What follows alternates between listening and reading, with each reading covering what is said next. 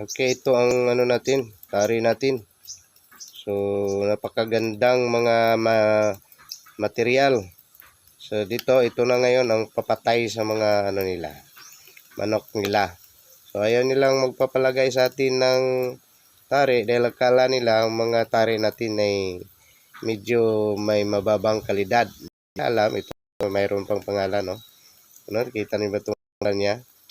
Kagandang pangalan nito sa metal niya, ha? So, dito, sino ang magpagay nito sa tari, so makakakim ang laban ng kanilang manok ito. So, kagandang ano natin. So, hindi na bulyo magbili nito.